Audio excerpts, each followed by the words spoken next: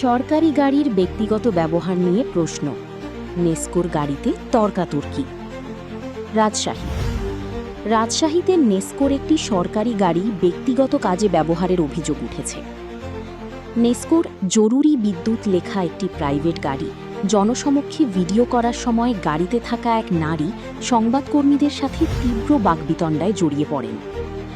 ভিডিওতে দেখা যায় ঢাকা মেট্রো গ110020 নম্বরের গাড়িটি থেকে একজন নারী নামছেন।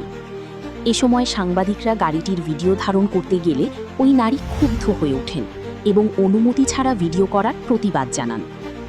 তিনি অভিযোগ করেন সাংবাদিকরা তার গাড়ির ভিডিও করছেন। জবাবে সাংবাদিকরা জানান এটি একটি সরকারি গাড়ি এবং তারা জনসমক্ষেই এর ছবি তুলছেন।